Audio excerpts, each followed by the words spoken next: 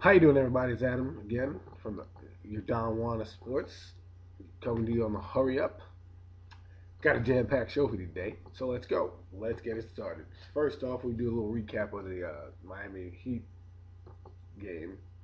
Miami Heat obviously won, beat Chicago Bulls. I thought differently. I thought the Bulls would have a chance. It was in Chicago,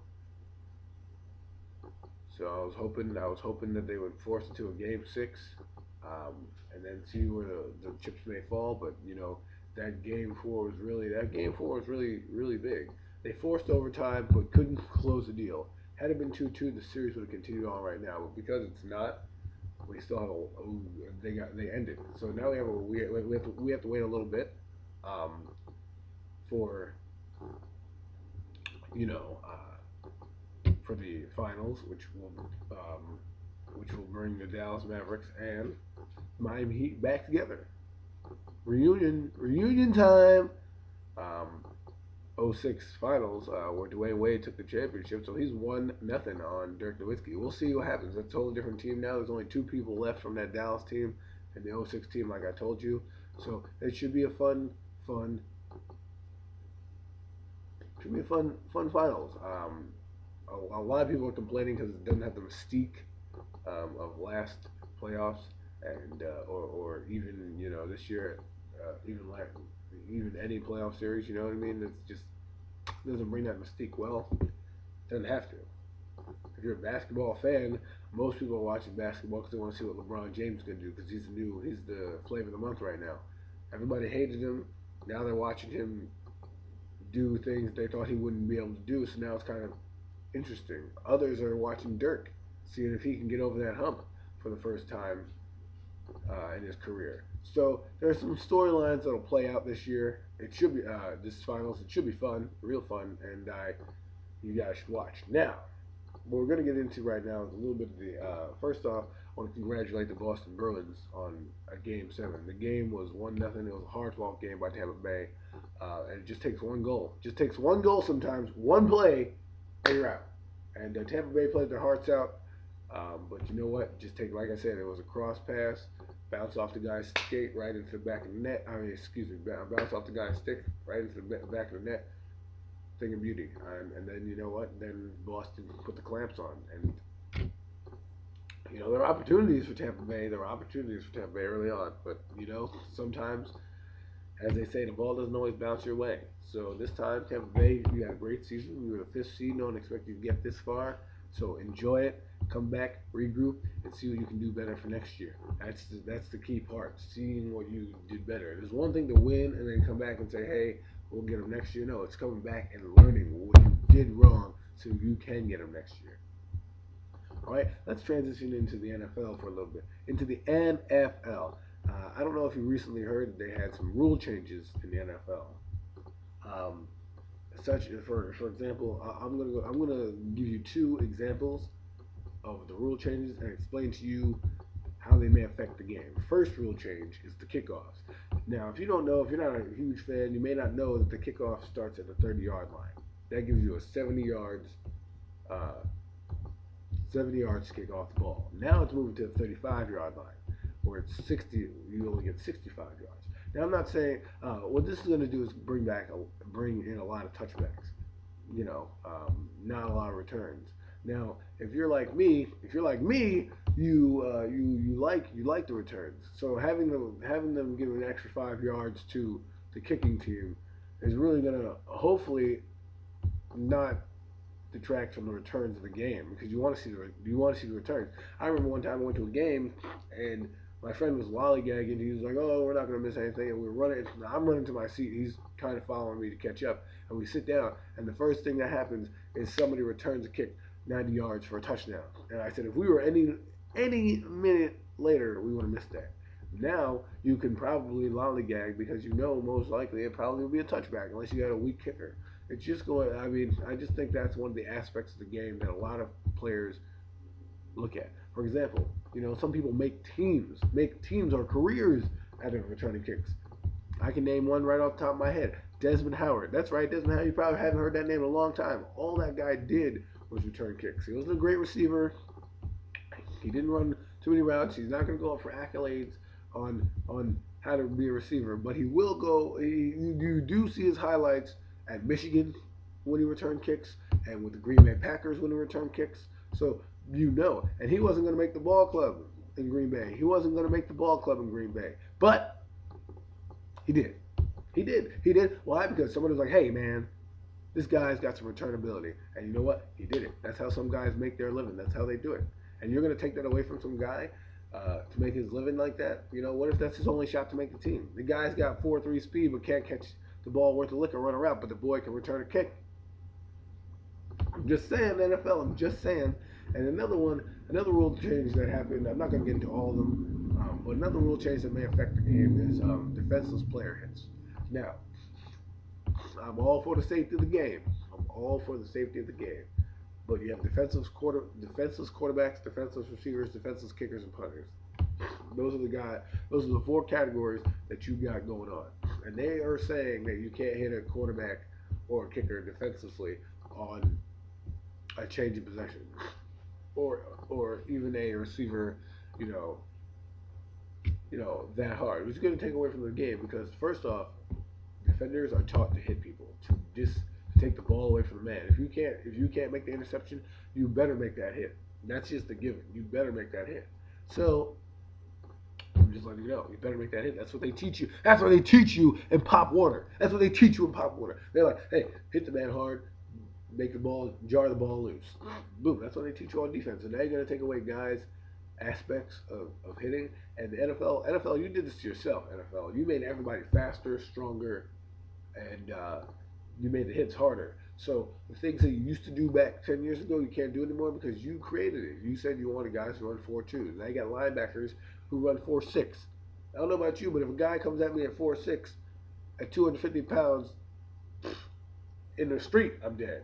Let alone in the NFL. You know what I mean? So I understand defenseless hits.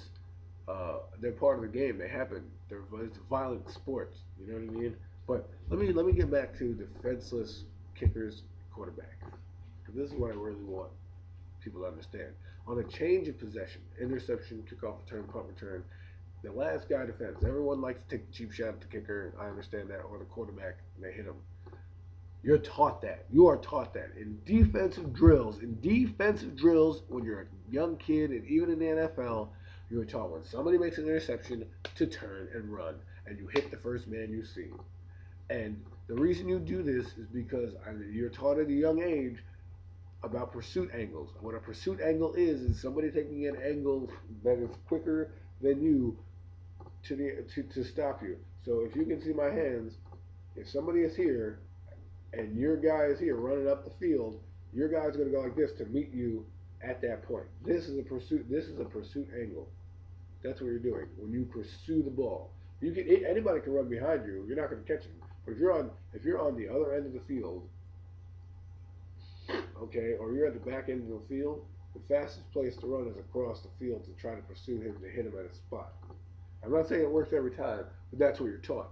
So if your quarterback is the last guy in defense, now I'm not saying you can't be a quarterback, but if you intercept Michael Vick's pass and you're running down the field the other way, and Michael Vick is on this side of the field because he threw it, and you're coming across, and he threw it on this side of the field, he threw it from this side, and you're on this side of the field, and you caught it, and you're running, and Michael Vick sees you, he's going to come up and try to get you in that pursuit angle. So what's going to happen? You want your man to hit him. Now you're telling a guy he can't hit somebody on a drill that he's taught. I mean, it goes back. What this rule is doing is going back to the hit that Warren Sapp had in the playoffs against Green Bay. This is what happened. Green Bay has I don't know if it was a playoff game, but it was a divisional game against the Packers against Tampa Bay. Brett Favre throws an interception. I think it was to John Lynch. John Lynch is returning the ball up the field.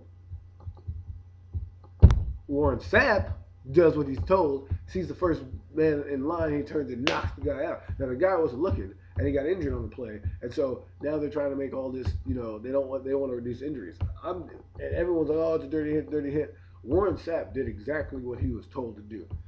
His man caught the ball, he turned his head, and the first thing he saw was a green jersey. And the green jersey wasn't looking at him, the green jersey was looking to make the tackle on his defensive player. So, boom! Boom!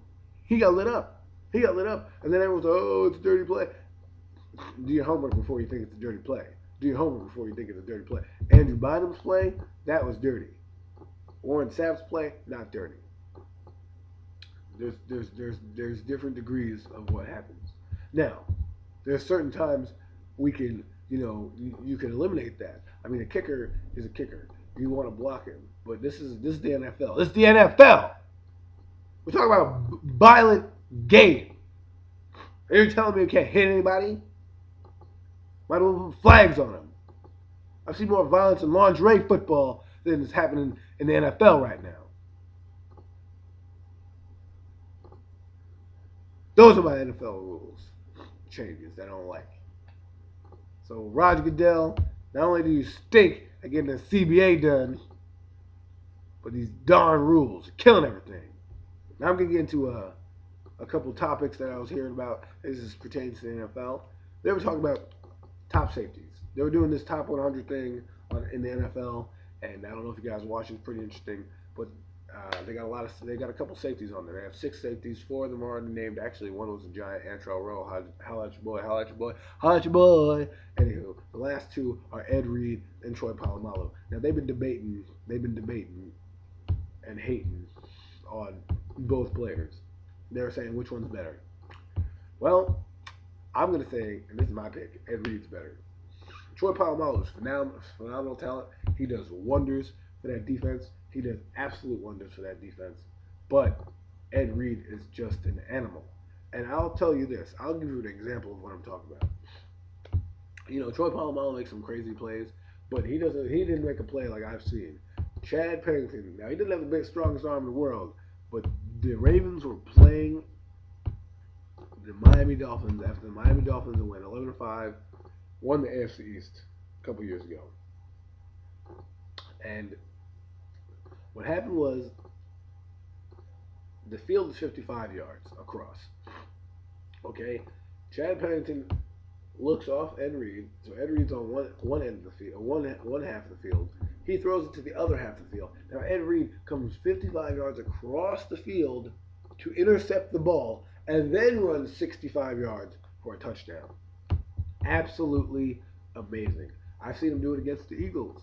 He caught a ball and he was just running. He just was running, matriculating down. He just matriculates down the field. He just somehow, when he gets the ball, he's a threat to score every time.